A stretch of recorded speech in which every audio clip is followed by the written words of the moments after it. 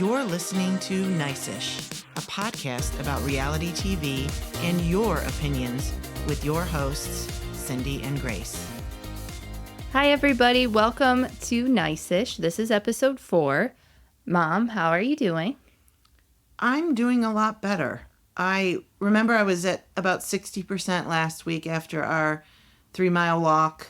I'm back up to my 80% that I like to kind of sit at because there's always something going on. So I'm back up there. I'm feeling good. I have also recovered from our death walk, and my back doesn't hurt anymore. I'm not sore anymore, so I'm feeling pretty good. Yeah. So we'll see if we do another one. We haven't been asked. No, we have not been asked. I wonder if that's on purpose, probably. Maybe we weren't that fun to walk with. I tried not complaining, but maybe I was. I remember at one point just saying to you, Grace, finish this story because I'm out of breath. Yeah. But yeah, if we get invited back, I will do my best. But, you know, I make no promises. That's all anybody can ask you. Just do your best. Exactly. So let's jump in then to everything that we're going to be talking about because there was a lot going on this week. So we have the Valley finale. We have the Summer House reunion and the first episode of our Married to Medicine rewatch. Hooray!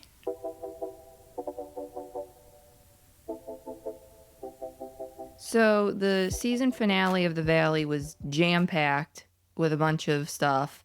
But I think what we'll start with is Janet and Zach's fight. Okay. So it started with Nia and Zach. They were both talking, and Nia encouraged Zach to go over and talk to Janet. She thought that it'd be a good idea. He didn't think she would be receptive. She was not. He was right. Yeah. But he decided to go over anyway. So Janet was sitting with Michelle and Jasmine, and from the get-go, Michelle and Janet were very icy. They were not interested at all in Zach. No, you could feel it coming off them. Right. So Janet was talking to Jasmine about how she gave Zach a chance over the summer, but they just aren't meant to be friends. I don't know what chance she's referring to, but anyway, we'll keep going. Right. So Zach went over and asked if he could join them. Michelle responded to Janet, "Can Zach join us?" I thought that was weird. Michelle already pissed me off like that. I'm like, what? Who are you? What are you talking about? Can he join us? Can he join us? Like, okay. Yeah. Like, are you mad at him? I don't get what... It was very, very weird to me. I don't even know why she spoke. So Janet said, I mean, yeah, you can do whatever you want. So yeah, then he sat down. Like, this is America. I suppose you could sit there if you want.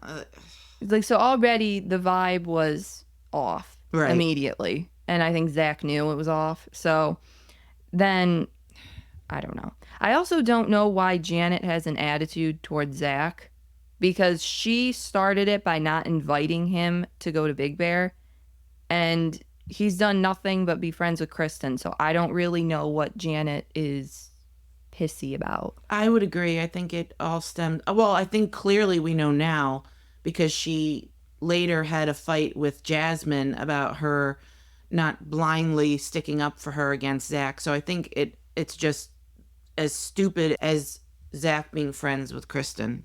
That's as dumb as it is. As far as it goes, yeah. I think so. They might have had issues in the past. I don't care about that. I don't care what happened before they started filming. We don't know about it. We didn't know them as friends back then. So whatever those issues are, if they're not discussed on the show, then I don't care. Right. I believe that she mentioned something on her podcast with Jason about that, which I will mention in a little bit. We'll stick a pin in that and bring that back up again. So Zach says to Janet, "Would you like to have a private conversation with me?" And Michelle and Janet both answer, "I think we can talk here." Michelle, again, butt out. "What are you doing? You have not spoke this entire season, and now you're choosing now to speak. Please stop." And Janet wants an audience. Right, and it's one thing, too. I get that if you wanted somebody there, fine, bring Jasmine. Jasmine is the impartial third party. If you want to bring somebody and say, okay, yes, I'll have a conversation with you, but I'd like Jasmine to be there, I think Zach would have been okay with that. Well, she clearly thought Jasmine would back her up, and she thought obviously she knew Michelle would. So she's probably thinking, oh, I got my 2 girls here. You can't say anything, you know. Right. So I think that also is where Zach got even more defensive, because like, okay, now I'm not just talking to you, I'm talking to the 3 of them, and now I have to defend myself against 3 of you, even though he doesn't have to against Jasmine. But Michelle, because Michelle was weird. Again, I cannot stress how much Michelle annoyed me in this situation. No, I get it. Oh, God, like, just shut up. What are you doing? So Janet starts by saying she was planning on inviting Zach on their phone call, the one where she put him on speaker and had the other 2 guys there. Without his knowledge. Yes, without his knowledge. And then that's where I think things went from 0 to 60 for him. Then he started complaining about crock of shit boots. And then Janet gets up to leave and Zach yells, yeah, get the fuck out of here. Yeah, I gotta say, when I first saw the scene, I didn't kind of take it step by step, and I thought, whoa, you know, screaming at her to get the fuck out of here, that was a lot. Yeah. However, when I watch it back and see from the time he gets over there, he was nervous that she wouldn't be receptive, and she wasn't. They shoot him down on going to talk somewhere else. I say they because apparently Michelle makes the decision too, along with Janet. They were icy and cold. He just didn't really have a chance of this going anywhere positive from the beginning. So I think he picked up on all that. And also, I think in Janet's case, and just honestly any show where you have a conflict, getting up and walking away is the worst thing you can do. Mm-hmm. Because it leaves no room for resolution or discussion, because you just completely shut everything down by getting up and walking away. Especially now that we know that they're not getting a reunion. We're not going to talk about it at all. And we know she got up and walked away before he said, get the fuck out of here. Right, so yeah. Why are you getting up? All his anger comes from hurt. Exactly. Because you didn't invite him to Big Bear. You excluded him from that. You put him on speakerphone and embarrassed him because he was talking about pink Crocs, you know, on the phone, and he was sitting right there. So why Janet is mad at Zach when it should be the other way around, I don't get. Right. So you had tweeted out, when did Janet give Zach a chance? She had zero intention of inviting him anywhere. And you got a response from @FruitLoopDing, who said, one of 2 things going on here. 1, Zach was collateral damage in her war on Kristen. Or 2, crock of shit boots wormed his way between Janet and Zach. They were friends before filming started, so there's more to this story, and that's why we need a reunion. @Andy. Always tag Andy. Yeah. I agree. I think Zach was collateral damage, and I think she expects her friends to back her up no matter what. And Zach was friends with Kristen. She was icing Kristen out. He didn't agree with everything Janet was saying anyway. Right. So he's like, no, I'm going to be impartial here. I think you both have points, whatever. And she did not go for that. Yeah, I don't get why Jasmine gets to be the impartial one and Zach doesn't get to be impartial. I mean, now Janet's mad at Jasmine, but for the longest time, Jasmine was the impartial one. And clearly the 2 guys who were sitting in her room when she was on the phone, the 2 gay guys, one of them does her podcast with her. So they're I think his name's Jared. Yeah, because he's the one that also had the event that Kristen was friends with too. Like that event that was on the show. Yeah. Or the charity event. The charity event, and I think he hosted that game night also. Oh, right. As well. Mm-hmm. So he was clearly kind of friends with everybody, but he's close enough to Janet that they're doing a podcast together. But do you think that Janet did that on purpose to try and be like, well, I would rather have my friends here. I don't want Zach. So if I can bring other people on, maybe they'll get a spot on the show? I hadn't thought of that, but I actually got a lot of replies saying that. And then it kind of clicked. Mm-hmm. Like, oh, okay. Well, I didn't realize she would be that manipulative that maybe she was trying to ice Zach out too, and then just kind of surround herself with her people. Yeah, because I think season 1 is really, other than Kristen and Jax, who have been on reality TV before, or Jasmine has too, I guess, but I think she's a bit pretty real compared to everybody else. Season 1 is usually where you see people for who they truly are, because you kind of forget about the cameras, you kind of forget, you're just kind of yourself. You can rewatch the season and then make changes Yes, on your personality. exactly. If you're getting lots of shit over something, you might be like, well, most people would probably be like, oh, okay, shit, I should probably change this. Some people double down, and don't. Well, I've never seen the amount of hate Janet's getting with someone else on their first season. She's getting a lot. Well, which is interesting because at Matilda1 Empress said, Team Zach, we ride at dawn. Janet is full of shit. She had no intention of inviting him. She wanted him to grovel and then say no again for narcissistic fuel. When he rightfully called her on her weird BS, she blamed him. Fuck off, Janet. Yeah. So why do people not like Janet so much? Why do you think people have this feeling towards her so strongly? I think it's weird because I think people embrace a really good villain on reality shows, and I think Janet had the potential to be a really good villain. I don't think she wants to be a villain, even though she is. Mm-hmm. And so in her case, she's not accepting any blame. She's not accepting her role in anything. And when you start doing that, then you're just kind of a joke. Yeah, because you need to accept that you are part of the problem here and that you are creating part of the problem, like Jax does. Jax doesn't care. He's like, yeah, I know it. I want to get this around. I want to spread this gossip around. I'm going to tell a couple of people so that way you do it and I'm not. And she's the exact same. That's one of the funny moments that Jax has. He can at least acknowledge, I'm a gossip. I talk shit. He even said Janet does. Yeah. He's like, oh, come on, Janet. Like the way he said it too was like, give me a break. Yeah. And she just, it's funny because that's what turned me off of LVP. I used to love her. She was my actual all-time favorite. Mm-hmm. But when she started getting messy and wouldn't accept that she was messy and would blame other people, I completely did a 180. I'm like, I can't. Yeah. Come on, lady, you're involved in everything. You're not gonna. Yeah, your name gets brought up a lot. That's also too. Janet's name gets brought up in almost everything. Your name would not get brought up this much if you weren't part of it. And that's the thing. I like watching Janet because she is messy and she is involved. I don't like her. Right. But I like her on the show because it brings up drama that we want to see. But she keeps acting like she has no part in it.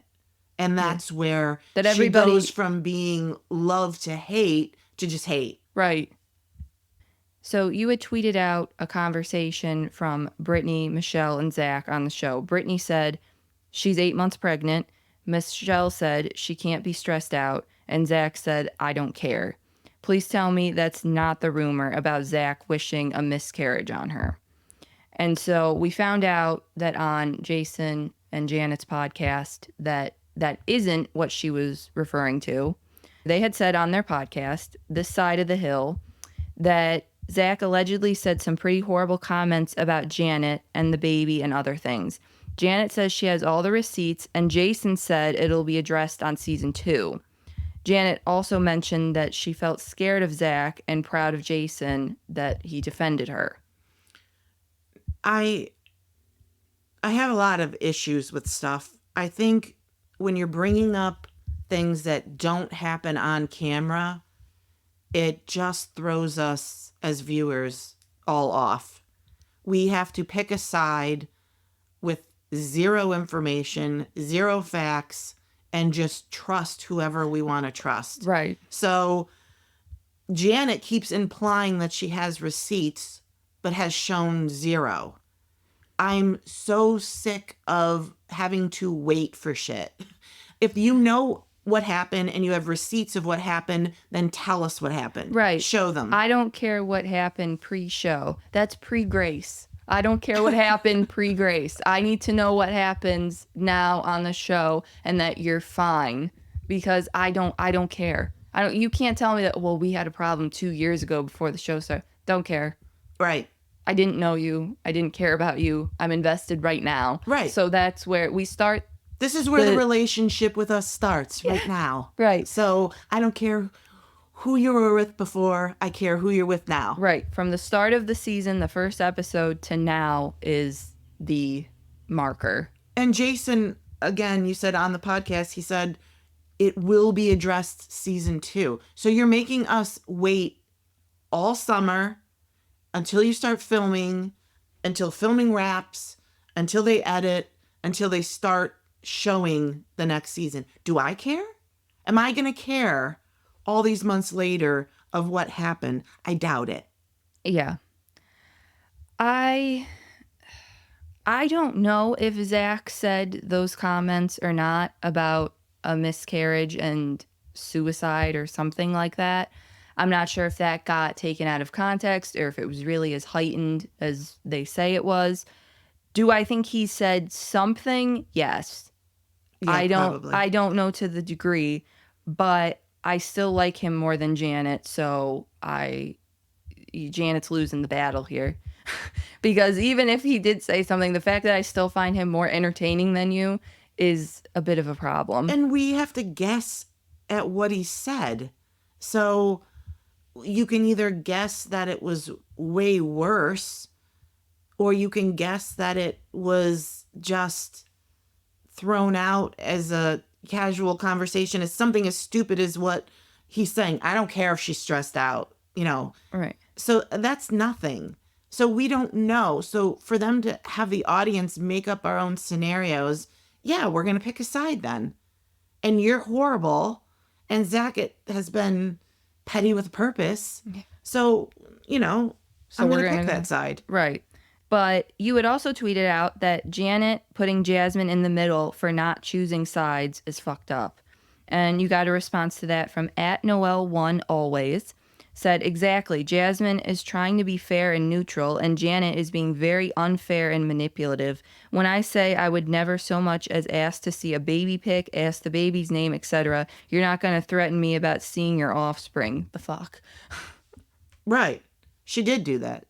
She sat there in the booth with her friends after she left Michelle, Jasmine, and Zach and said, now I know who I can trust around my baby, and now I know who's going to see my baby, and all this stuff. It's like, what? Well, you were literally talking about Jasmine as she was like 5 feet away from you. She could hear you. She's literally like, what are you doing? I'm right here. Yeah. Why are you talking about me now? And then you're going to threaten that she can't see your kid. Yeah, like, over this. And she didn't even dismiss you in your opinion. She's just saying, I'm being fair here. Zach is my friend and you're my friend. And I tell Zach when he's doing stuff wrong, and I tell you. So she's trying to be fair and keep her relationships intact. And Janet just isn't having it. no. And to go that far is to be like, you're not going to see my kid. Oh, good. I don't want to see your kid then. Yeah, good. I don't have to act like I'm interested. Exactly. Because you're, the only person to ever have a kid. I mean, Janet's just playing this wrong. First she comes for Kristen, then Zach, and now Jasmine. Yeah. When you start creating sides like this, the side is you, Michelle, and Jason. You're not going to win in the reality TV hand here of sides. Right. This side's losing. It never works because you have to be able to see other people's points of view, and she just doesn't. So it never works. I know that we talked about earlier that Zach was mad about him being listened to on their conversation, Janet's conversation. Oh, the speakerphone? Yeah. I think Pink Boots, his name is Simon, and I think when he will never be known as Simon. He will always be known as Pink Boots. For reference. Yeah. When he was at Kristen's t-shirt launch or relaunch, and was recording them, it really kind of left a sour taste in their mouth. So he was already kind of like, okay, this guy's has no problem recording us, reporting back to Janet, all that. So don't you think Zach would have been way more careful on the phone if he knew he was sitting there on speaker listening to the whole conversation? Well, yeah, and he probably wouldn't have called him Pink Boots either. He wouldn't have said that. It's funny that he did, but right. Let's just also move into the other half of the episode, which was Brittany and Jax going their separate ways. Right. Jax made the therapy appointment a day before cameras picked up and never went. This was them talking in their house, in their bedroom, and she's basically asking him, like, do you want me back? Are you going to try? Right. And so that's where the therapy got brought up. So you had tweeted out, wow, Brittany nailed that. I think she's finally picking up on everything that she either chose to ignore or covered for with him. She's just literally done. He's so predictable, though, isn't he? Yeah. Like, she called that out so fast. Like, I see what you're doing. And I think that he has to act on camera like he's devastated. We know he's not. We know that he's fine. He didn't even help her carry her suitcase down. I mean, it's like a don't let the door hit you on the way out. You kind of see the difference between Jax and Jesse here, too, about the dissolves of their marriages, because even though I also think that Jesse is an ass, and you can definitely tell based off the show, all of the tears that he had, I think, were very real. Yeah, they came off as genuine. I didn't look at him and think that he wasn't being, like you said, genuine or anything. No, he was fighting for his marriage, where Jax is fighting to let her go. Yeah, I know. When he was in his confessional and he put his hand kind of over his eyes and like his mouth and stuff, I'm like, do we see the smirk underneath his hand there? Because you're really trying to force out tears that just aren't coming. No, he went off camera to act like he needed a moment, and it's just probably doing a little jig over there. I know, really though. So I actually felt, it was so funny, I actually felt bad for Jesse at one point whenever I saw him cry. And then he did something stupid after. I'm like, okay, yeah, that's why she's leaving you. Exactly. But I at least felt a little bit of something. Jackson, like, he just wants her gone. It's so obvious that he does. Agreed. He's a terrible liar. What do you think then, since we're not getting a reunion, what are your thoughts for next season then? Well, everybody's back. We know that everybody's coming back for season 2. I listened to Jessie give an interview with Teddy Mellencamp on her podcast with Emily, and he said that Kristen reached out to him when he was on Watch What Happens Live, that it was a kind exchange, and that going forward next season, he feels like they're in a good place. Oh, that's kind of what reunions are meant for. Right. And they aren't getting one, at least not yet. Or not at all. We got to keep pushing. We don't know. But that's what they're for. They're to wrap up the past season and then move forward for season 2, not bringing all this bullshit with you. And I think he also doesn't have Michelle, who hates Kristen. So now he doesn't have to defend Michelle anymore. So he can have whatever relationship with Kristen he wants. Right. Kristen needs to tighten it up next season, though. Yes. She cannot be like words are hard type thing. That's not an excuse for getting something totally wrong. She has made too many mistakes like that, where she hears one thing and it comes out another, and it completely changes the meaning of what she's trying to say or what she heard. Yes. I also don't get why she's never prepared. If I was coming in to the finale in Jax's bar and I knew that I wanted to either have a conversation with Michelle or Janet or whoever, mm-hmm. I would be like prepared, thinking about what I was going to say. Jax is the problem. She said Janet was. Michelle's not going to go for Janet right now. She's not. If you say Janet's the problem, she's going to be like, no, she's not. Right. Blame Jax. Yeah. The strategy is always blame Jax. Yeah. He's the easy one to blame. He is to blame, and you can easily get the heat off you if you just do that.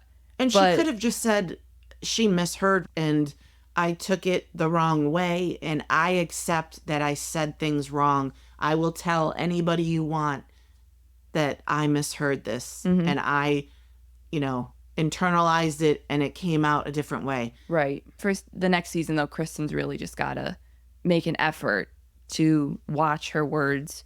We'll see what happens with Zach and Janet. I don't know if anybody really cares. And we'll see what happens with, I don't know how they're going to... It's going to be rough, though, going into season 2 with cast members not speaking to each other.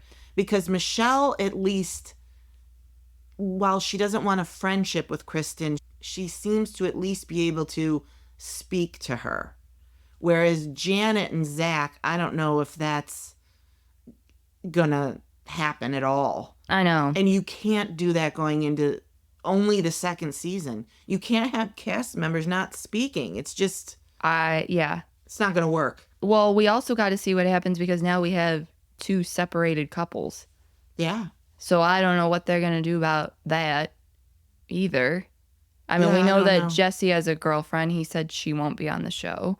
We know she's dying to be on the show, but she won't be on the show. Right. She's just got to wait her time. Yeah. That's what she's putting in the time now.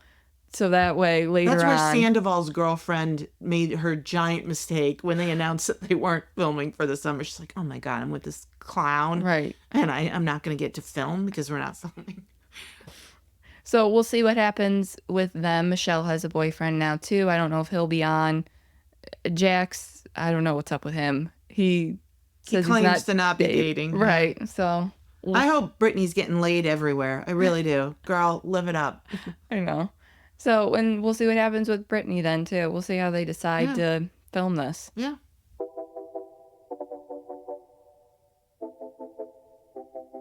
Why don't we talk about Summer House and the part 1 reunion that was on?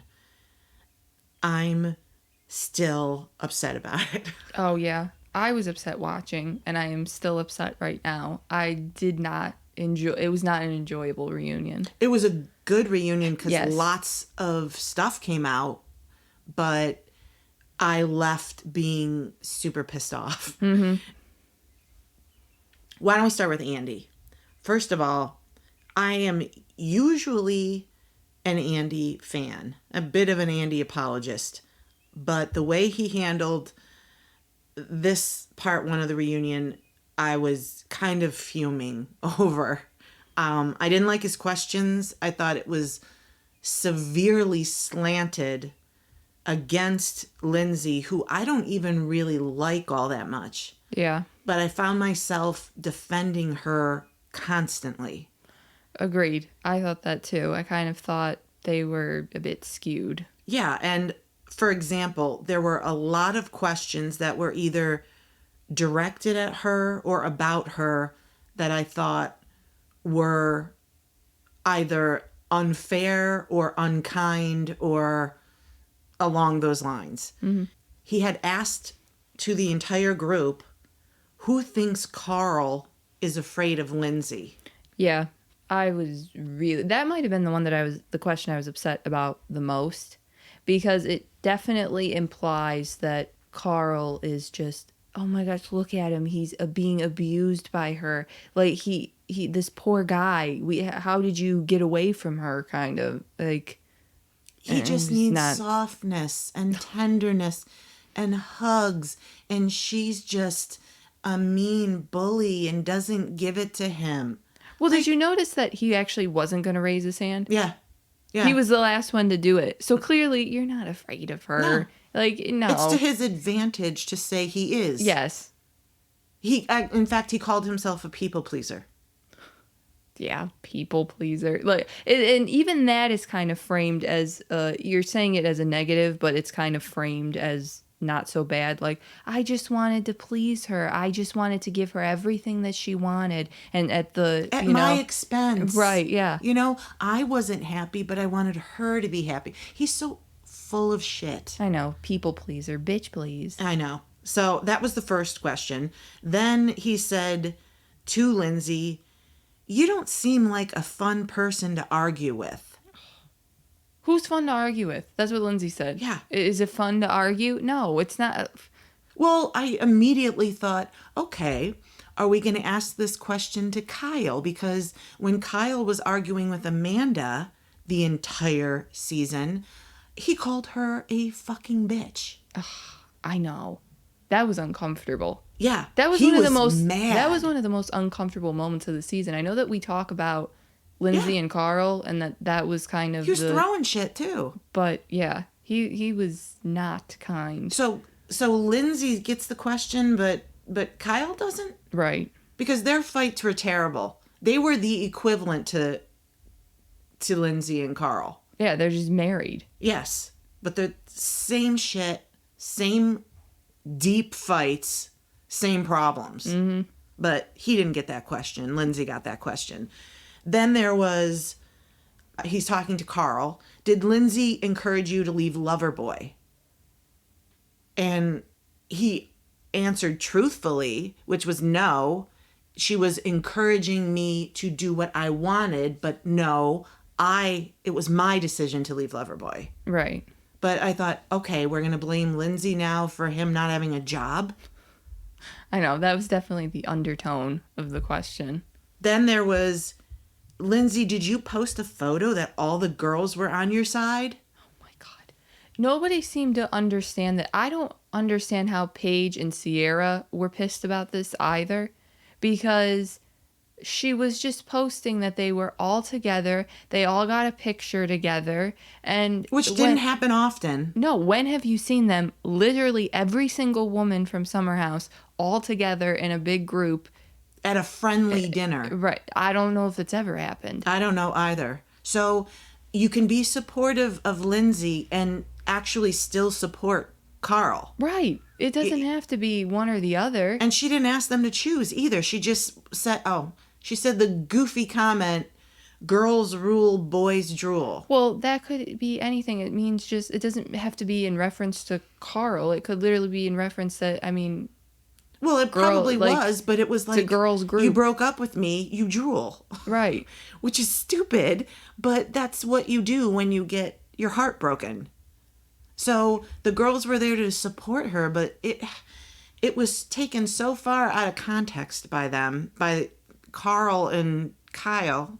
It was just and ridiculous. Sierra's like, every time I hang out with my friends, I'm wary of when you post a photo, whenever we take a photo and then it gets posted. First of all, when are you hanging out with Lindsay? I don't know when that happens. Like, often enough that you're taking a photo. Well, you hang out with Paige and Amanda all the time. Right. And you do post stuff. People have said they post TikToks all the time. Right. So. But you are with them all the time. So it's not necessary to take a photo. It was just a simple photo because they were supposed to go to Mexico. They all talked about that at that last final pickup scene. Right. That the women were all going to go to Mexico. They didn't go.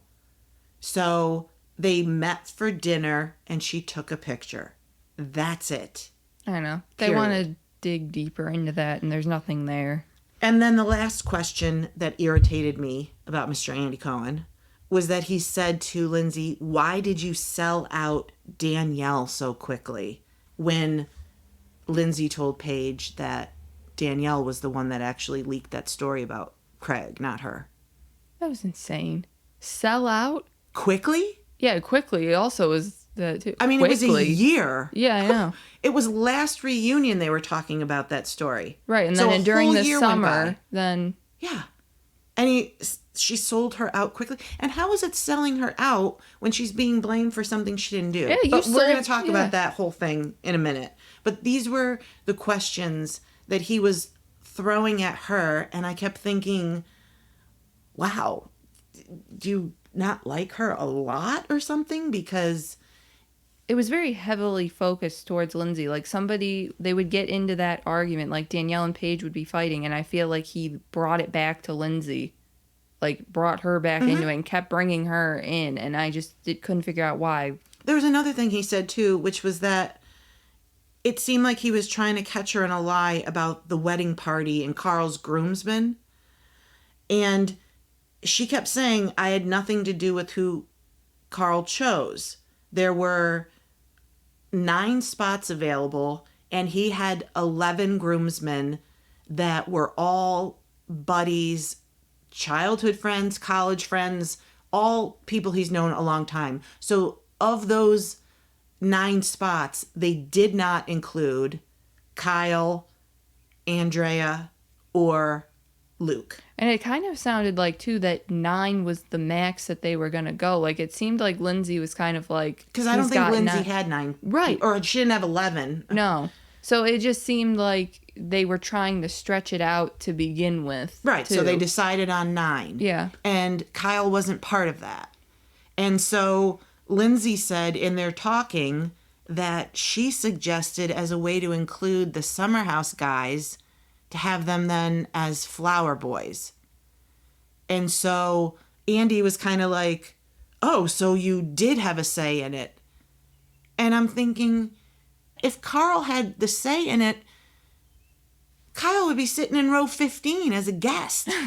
He wouldn't even be in the wedding. Right. But she's like, if you want to include him, let's do this. It might be cute. It'll be the 3 guys from the show, right. And a way to include him. So it wasn't like this moment where she got caught lying. The girls were kind of snickering. Yeah. And Andy was like, so you said this? And she's just kind of like... No, I didn't say that he couldn't be part of the wedding or that he couldn't be his groomsman. Carl already decided that. Carl decided that he wasn't already going to be in it. And if someone fell out and they needed a replacement, Lindsay asked him who he'd want, and he chose Andrea. Yeah. Not even Kyle. Yeah. So he's really looking for a way now to blame Lindsay for this whole thing. And Andy finally switched it up and is like, I don't know, Carl, it sounds like a leap to blame Lindsay for Kyle not being in your wedding. And Carl's reaction was, I just personally felt that way. So no fact, right. no, just your feelings. I know. That you felt she didn't want him in the wedding when she's the one that made a spot for him because you didn't have one. Right. Gabby made the comment that we were all thinking, which was, so it wasn't a fact. You just are saying it as a fact. Your feelings are not facts. Yeah. Yes, exactly. So that whole thing rubbed me the wrong way. I did tweet out about it and I said, so Kyle wasn't even a groomsman based on Carl's choices. The only reason he was going to be in it was because of Lindsay. And at Lisa F. Jam said, oh, you caught that. And I said, I'm not sure why Andy was giving her shit about it. Kyle would have been a guest. And she said, he was trying for a gotcha moment. Huge fail. So it wasn't just us. Other people saw it too. He really seemed like he was kind of coming for Lindsay there. And again, I'm not a Lindsay fan. I thought watching the whole season, the two of them, Carl and Lindsay, really went at each other. Yeah. So I thought they were both kind of terrible. But I really feel like she's getting picked on here. And I'm like, let's not rewrite history here. I know. You guys all watch the show. Are you not seeing what's going on and hearing what's going on? This is not what happened. No, it's not. Then we have Danielle and Lindsay. Everybody's talking about Lindsay. This is going to be heavily focused on her because it seems to be the whole part 1 of the reunion was about Lindsay. An article came out last season about Craig and Paige at the wedding of Amanda and Kyle. And allegedly, I don't know if it's allegedly anymore or it's true, but that Craig got thrown out of the wedding. And Paige assumed that it was Carl and Lindsay that leaked that. And for a year, she's blamed Carl and Lindsay for it. And at the reunion last year, Andy mentioned it and asked them, and they said, no, it wasn't us. We didn't do it. Paige accused them. They said no. While Danielle sat there. And said absolutely nothing. Not a word. Mm-hmm. Nothing. So it got brought up during the season, and Lindsay told Paige during the season that it was actually Danielle that did it, not her and not Carl. So this gets brought up at the reunion, and Danielle has the nerve to say to Lindsay that her telling Paige about that leaked article and that it was her showed her character to Paige. I'm going to count to 5. because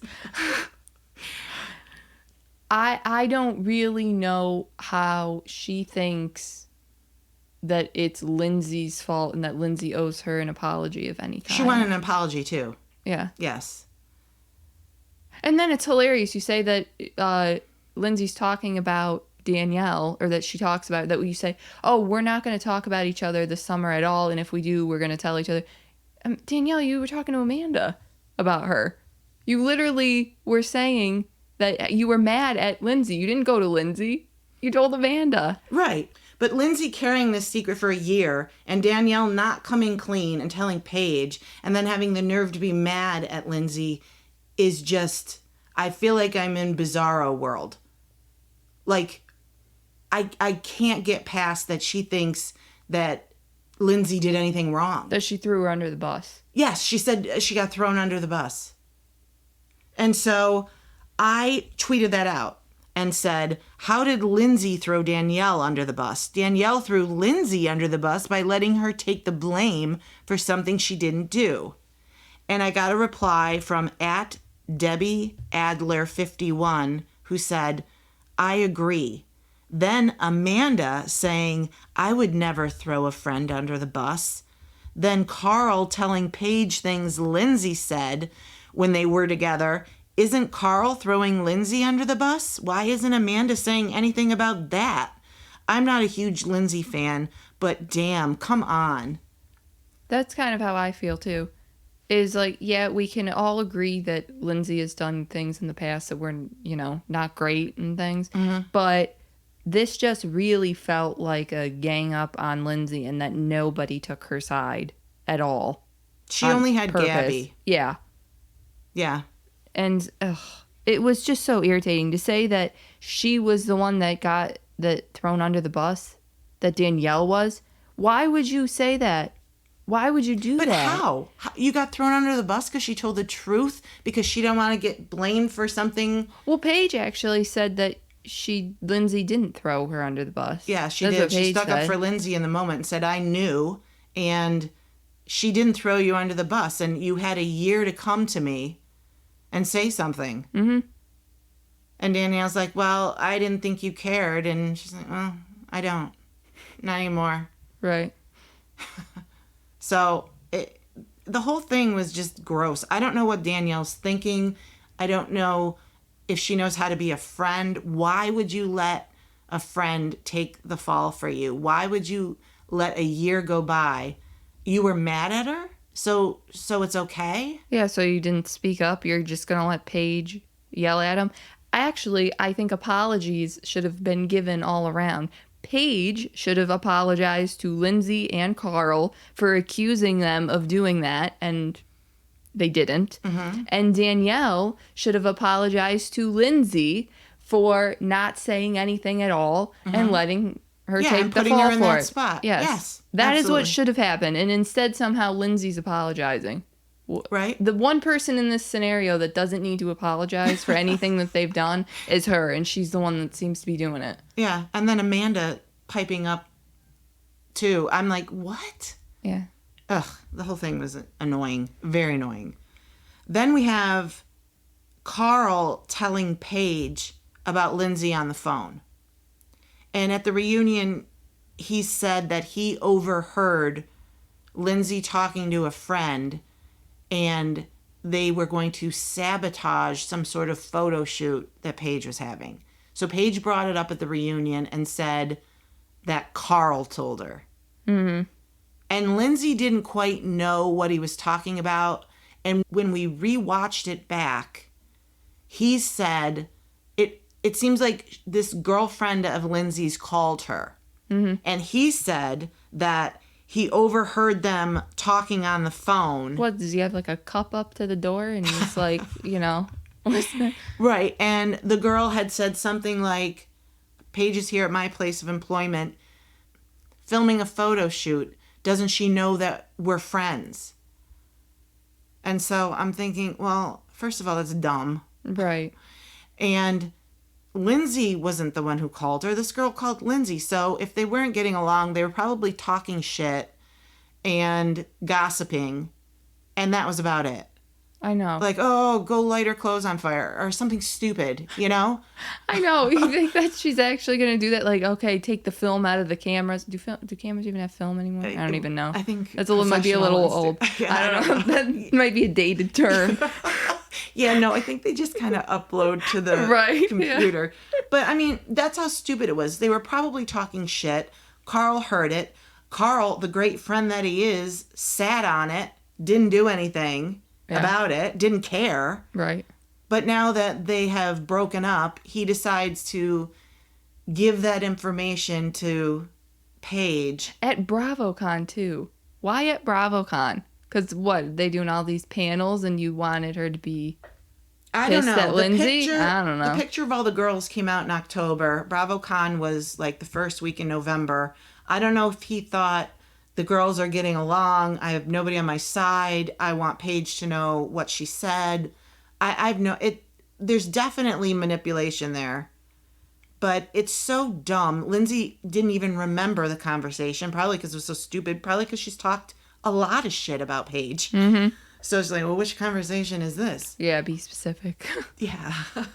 But, so that was dumb too. But I had tweeted out about it and said, so Carl told Paige stuff his fiance said on the phone.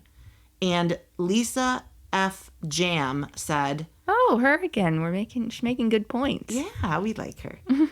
Not surprised, Carl is vindictive. He always has been. He will be throwing everything Lindsay ever said to him about those girls.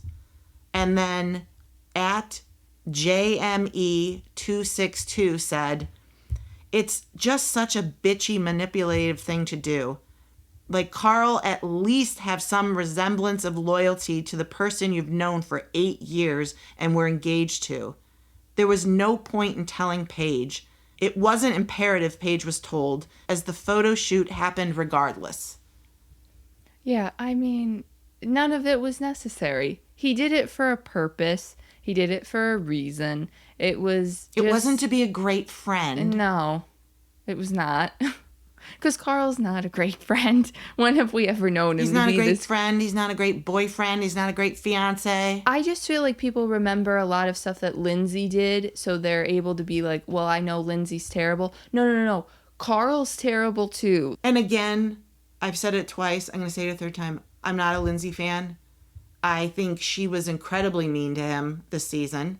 I think throwing his sobriety in his face and saying those kinds of things about him were cruel and weren't true. So that's even worse. But they were both pretty cruel to each other. And thank God they didn't get married. Yeah, I would agree. I think that would have been a terrible. They would have been Kyle and Amanda. Yeah, right? True. Yeah. So we have part 2 next week. We saw some coming attractions for it. Yeah, something about how, like, well, I wanted to lock myself in the bathroom. Well, I wanted to lock myself in the bedroom. Well, I wanted to do that because you were... yeah. Okay. You screamed at me. No, you screamed at me louder. You screamed at me the loudest. Right. So that's next week. I don't know. It's pretty much all Carl and Lindsay right now. He said, she said. Yeah, so we'll see.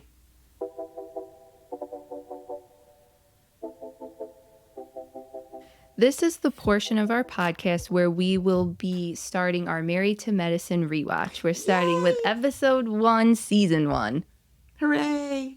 I know, it's our favorite show on Bravo. I can't believe it took us so long to kind of jump on the bandwagon for this. I had so many people saying to me, especially my friend Scotty, watch the show. It is so good. And I don't know. I remember starting it, and for some reason, and I don't know how, because episode 1 is fantastic, but I don't know why it just didn't click. Or maybe I was doing something at the same time and wasn't paying attention, but I'm really excited because we've only seen these episodes one time. Right, and when you binge watch, too, sometimes all the episodes can kind of meld together, so... Seasons can meld together. Yeah, so you don't really remember when stuff happens. Right. So I like that we're going back and rewatching. I did a thread back in September of 2022 on Twitter where I covered every single episode and every single season.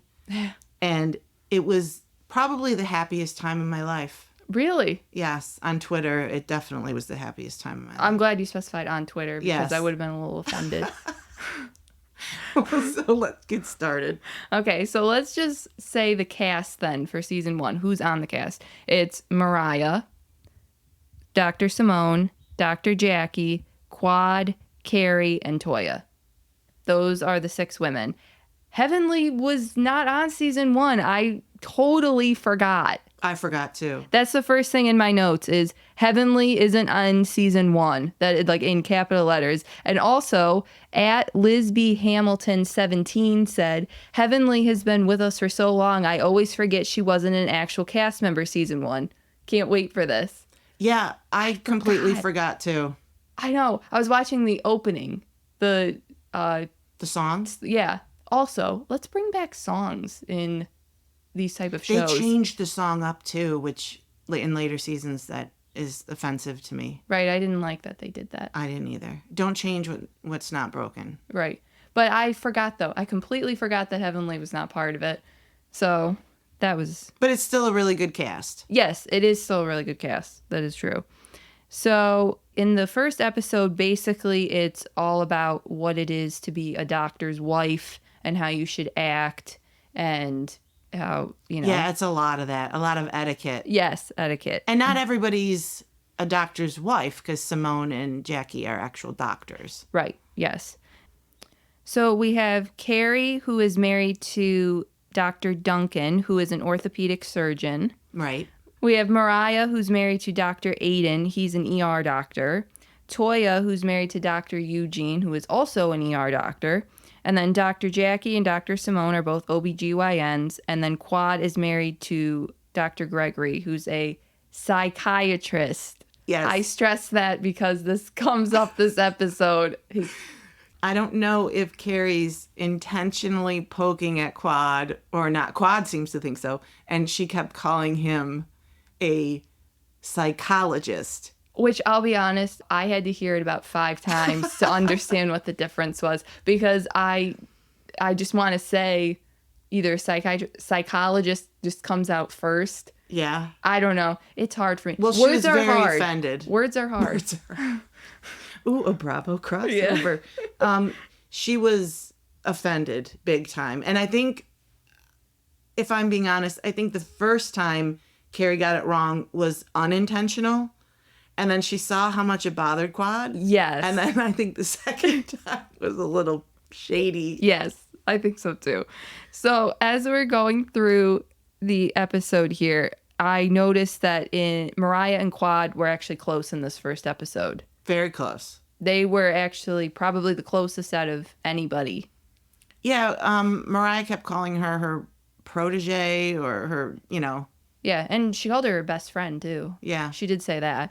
So they were close. It's going to slowly break apart here soon, but... Well, Quad's only friend at this point seems to be Mariah because nobody's liking her. No. Which is interesting. Is that foreshadowing for later seasons? Well, I know, because Mariah said something. She doesn't get along with anybody, and if she continues to act this way, she's going to get basically iced out of the group. Wow, okay. And I'm like, oh, okay. Season 1, episode 1, she already clocked that. Ooh, was talking about getting iced out. And then here we are, all these seasons later, and that's exactly what happened. Yeah. So this is also the first time that the Miss Quad song popped up. I didn't know that this was that early either. And you gotta bounce your shoulders when you sing it. Miss Quad, she got it, she got it. It's funny. It's cute. It is cute. And unfortunately, their friendship doesn't last long, as we said, but it was The cute. song lives on, but... Also, though, I forgot that Jackie was as opinionated and as judgy as she was right out of the gate.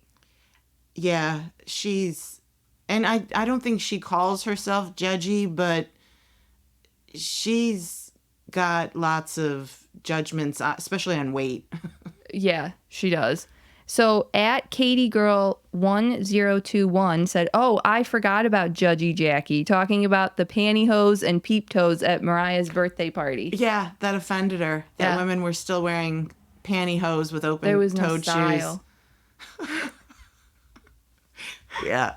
Oh God. Yeah. Well, she didn't like a lot. She didn't like because there were some altercations with the women. She didn't like the loudness. She didn't, which is funny because Simone is like, I'm loud. Yeah, I'm loud. But yeah, she was a little judgy. Yeah, she was not feeling that. I think she also said something that she couldn't understand quad. She said, I think she said she asked if she was from this country. Yeah. Like, oh, shit, man. I cringed. I did. I was like, oh. Yeah. So that was a little rough. Yeah, it was rough. But what I also didn't remember was that Quad and Toya clearly never liked each other. Even episode 1, season 1, they are not friends. They do not get along. So I am not surprised at where they are now, remembering back. Toya turned down the wedding invitation to Dr. Gregory and Quad's wedding. And that just kind of cemented their friendship or lack of. And so they talk about it a little bit, but it was kind of, that whole wedding was messy. We didn't see the wedding, but we heard about everything that happened before the wedding, and it was messy. Yeah, Dr. Gregory sent out a text message to everybody about like 2-3 weeks before the wedding saying that the wedding was off, that they were not getting married. And Toya's actually the one that texted Quad and was like, what's up with this? Because Quad was not included in that text message. So she did not get it. And then we find out that Quad and Greg had a fight and she left the house. And he said, if you leave this house, I'm calling off the wedding. And so she left the house, and within 3 minutes, she said he had texted all of their friends saying that the wedding was called off. Right. And then Toya says to Quad at the party, who would marry a man that would do that? And then Quad says, I would. It was so uncomfortable. It was. It was like, yeah, Toya, who would do that? Who would marry a man that while would she's do looking that right at yes, well, her. she's literally looking at her, talking to her. Who would do that? I would. What pathetic person would do that? That's exactly what it was. Yeah. Yeah. And nobody was really liking Quad much at the party at Mariah's house. Carrie made those jabs about thinking Gregory was a psychologist instead of psychiatrist. So the whole thing was uncomfortable. I remember seeing Simone and Jackie on the couch just kind of watching it like, yeah, yikes, let's just stay over here. Right. We're going to keep on our couch here. We're not getting up. A funny comment, though, was that Carrie was the first one to arrive, and Mariah said that Carrie, the white woman, is the first one to get here because white people are always on time, which I thought was absolutely hilarious. It was funny. So we go to a clip of Eugene and Toya talking, and Toya says that she wants to move. And I'm like, oh my gosh, it starts already. The saga starts already of them moving into their, how many houses? 5? I don't know. It becomes the running joke. Yeah. Constantly. A joke that they did not find funny. No. But we do. Right. I will say that it's the first we see of Cecil, Simone's husband, and I actually like all the men in this. I did like all the men in this. That later, Curtis and Gregory. Well, yeah, all right. And Darren, oh my God. But I can't wait for him, though. Right. But this is the first show that I like that the men are heavily included. It's mostly about couples. That's probably why. It's not a housewives show. It's not supposed to focus solely on the women, where this is more couples related. So I like that they're featured a little bit more. It's interesting to look back and see that Simone actually worked in an office with Jackie. I know. They started out together. They were partners. It was Jackie, Simone and then another third person. But then they didn't get along. Simone and her didn't get along. So then Simone decided to go off on her own. Yeah. And by go off, I mean like the next building over. Yeah. Which is funny. But it's interesting to see how they're all so young. I know. It's funny seeing them now when it's been like 10 years, or I think we're on the 10th anniversary of Married to Medicine, aren't we? Maybe. So it's just funny looking back now. I'm really excited to get this going. It was very hard to stop after one episode because we're bingers. Yes. We want to keep going. I need to know what happens next. Well, how did the episode end? It ended where everybody was showing up to Mariah's party at her house, the docks on the dock party. Because she lives on the water. Yes, because she lives on the water. So she was throwing a party for the medical community. Right. And it ended with Quad making a grand entrance because she wanted to be noticed. Yes. And walks down the stairs, and the women are all just kind of looking up like, of course she's late. But yeah, it was really hard to stop. I can't wait to watch episode 2. I know. I can't wait. Well, guys, hopefully you're watching with us. It's going to be a lot of fun. Make your comments under our thread. Use that. And we'll discuss next week's episode.